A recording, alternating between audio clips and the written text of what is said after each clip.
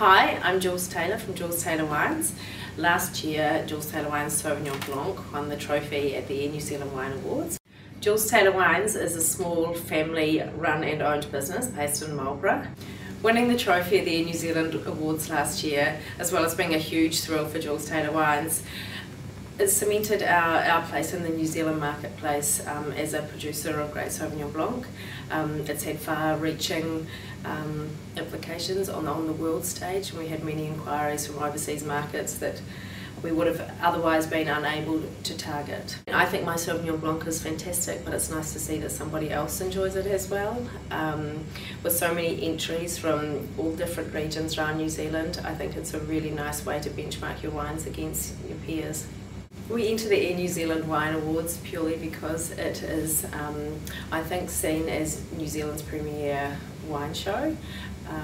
With its international judges, I think that is really fantastic that they can take home to their nations hopefully good news about what New Zealand is doing in terms of wine. And Air New Zealand's involvement as our premier airline, I think, is a fantastic union for New Zealand wine growers and Air New Zealand.